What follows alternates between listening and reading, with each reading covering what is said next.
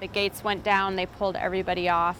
And that is a really sobering moment because it is the thing they said would never happen, and it happened.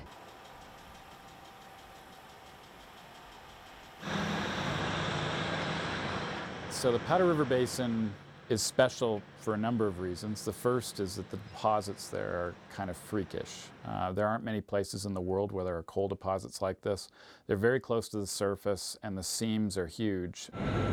And the thing about these mines, though, is that the bigger they get, the cheaper it gets to produce. So what you end up with is basically 10 of the largest mines, not only in the country, but in the world. Hi, girls. I'm Rory Wallet. I'm a displaced miner with Black Jewel here in Wyoming, Gillette, Wyoming, at the Bel Air mine. It's kind of a family thing.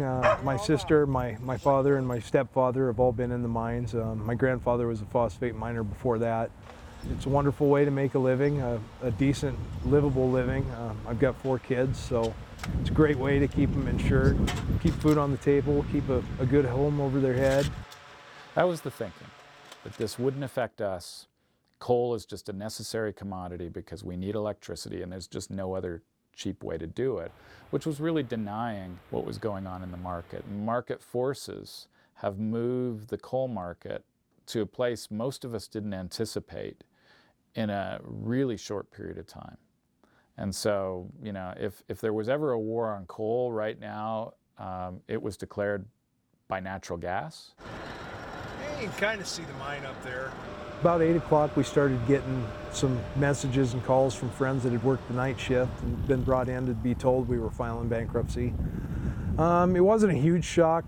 The huge shock was when 3 o'clock rolled around and we started to hear that they were pulling people out of the pits and they were going to idle the mines down. That's when we really were caught off guard. It was a total surprise. You never expect a mine just to suddenly shut down. The layoffs in 2016 between the mines out here in the basin was 500 people. You know, we had 60, 90 days notice on all that. We knew those were coming. This one was just out of the blue.